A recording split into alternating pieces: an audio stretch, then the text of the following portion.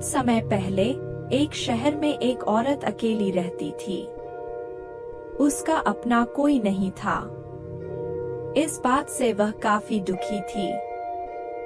एक दिन वह अपनी परी दोस्त से मिलने गई और उसे कहा कि मुझे एक बेटी चाहिए। परी ने उसकी बात सुनकर उसे एक बीज दिया और बोली कि तुम इस बीज को तुम अपने घर के एक गमले में लगा देना। परी से बीज लेने के बाद महिला घर पहुंची और उसके बताए अनुसार बीज को अपने घर के गमले में लगा दिया। अगले दिन जब वह गमले के पास गई तो उसने देखा कि उसमें एक सुंदर सा फूल खिला था।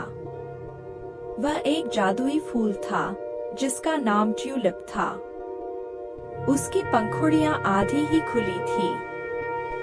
उस औरत ने जब उस फूल को चूमा तो उसकी पंखुड़ियां पूरी तरह से खिल गईं। फूल के खिलते ही उसमें से एक बहुत खूबसूरत लड़की बाहर निकली। वह लड़की फूल की ही तरह बेहद कोमल थी और उसका आकार अंगूठे जितना था, इसलिए उस औरत ने उसका नाम थम्बलीना रखा। महिला ने थम्बलीना से कहा, बेटी मैं तुम्हारी माँ हूँ।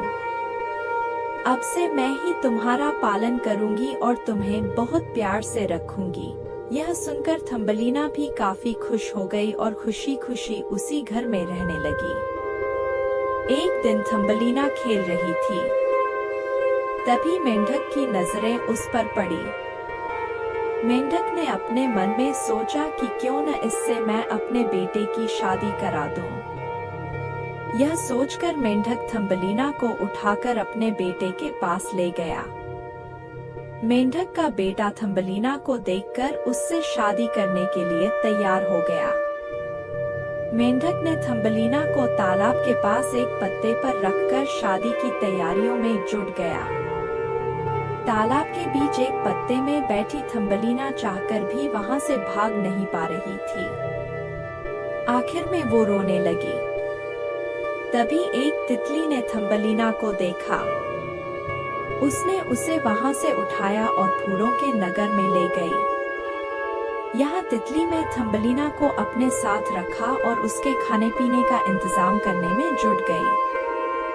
तभी एक झींगुर की नजर थम्बलीना पर पड़ी। वह भी उसकी खूबसूरती देखकर उसका कायल हो गया। वह थम्बलीना को अपने दिल की बात बताने पहुंचा। यह सुनकर थम्बलीना ने उसे समझाया कि हम दोनों एक नहीं हो सकते। हम अलग अलग जीव हैं। इस पर झींगुर के मित्रों ने भी कहा, दोस्त, यह थोड़ी अजीब है। ये लड़की हमारे जैसी नहीं है। यह बात झींगुर समझ गया और उसने थम्बलीना को छोड़ दिया। इसके बाद थम्बलीना अपने घर का रास्ता ढूंढने लगी।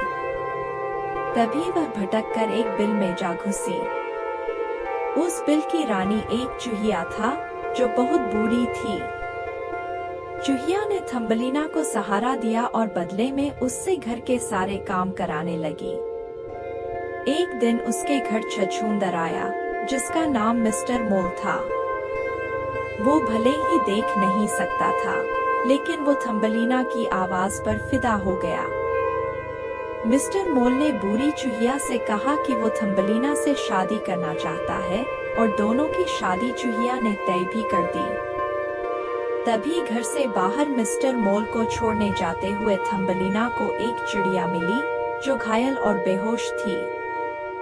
थम्बलीना तुरंत उसकी मदद करने लगी। बूढ़ी चूहिया और मिस्टर मोल ने उसे रोकने की कोशिश की, लेकिन थम्बलीना नहीं मानी।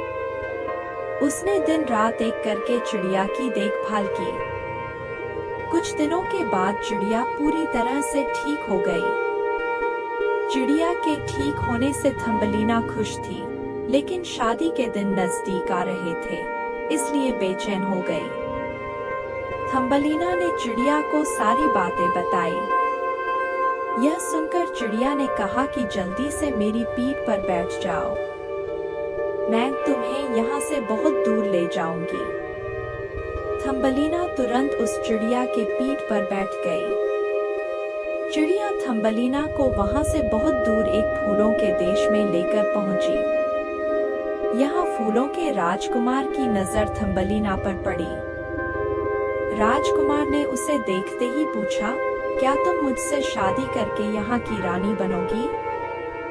थम्बलीना को कुछ समझ नहीं आ रहा था। तभी चिड़िया वहां पहुंची और उसने बताया कि ये फूलों के राजकुमार हैं और अच्छे दिल के इंसान हैं। यह सुनकर थम्बलीना ने शादी के लिए हाँ कर दी। शादी के बाद थम्बलीना को फूलों के देश से पंख भी मिल गई और थम्बलीना फूलों की राजकुमारी कहलाने लगी। कहानी से सीख। इस कहानी से हमें यह सीख मिलती है कि हमें हमेशा दूसरों का भला करना चाहिए।